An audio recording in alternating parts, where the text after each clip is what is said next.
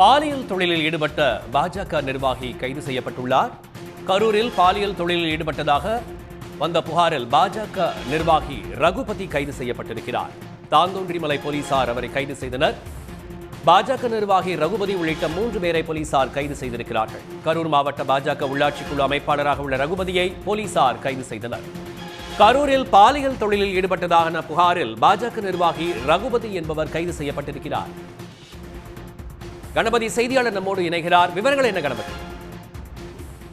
தாந்தோன்றிமலை ஊரணிமேடு என்ற பகுதியில் ஒரு பாஜக நிர்வாகி ரகுபதி என்பவர் வீடு ஒன்று வாடகைக்கு எடுத்து அதில் வசித்து வருகிறார். இந்த வீட்டிற்கு அடிக்கடி பல பெண்கள் வந்து போவதாக வீட்டின் உரிமையாளர் காவல் நிலையத்தில் ஒரு புகார் அளித்துள்ளதாக கூறப்படுகிறது.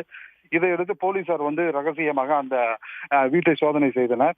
அப்போது அவர் ரகுபதி 2 பெண்கள் உள்ள வீட்டுக்குள் இருந்து தெரிய வந்தது. இதையடுத்து அந்த 2 பெண்களையும் விசாரணை செய்ததில் வெண்ணிலா என்ற கீதா என்பவர் பெண் புரோக்கர் என்றும் அவருடன் ஒரு வனிதா என்ற ஒரு பெண்ணும் இருப்பது தெரிய வந்தது. இதையடுத்து 3 போலீசார் கைது செய்து சிறையில் அடைத்துள்ளனர். உடனுக்குடன் செய்திகளை தெரிந்து கொள்ள சன் நியூஸ் பெல் ஐகானை கிளிக் பண்ணுங்க.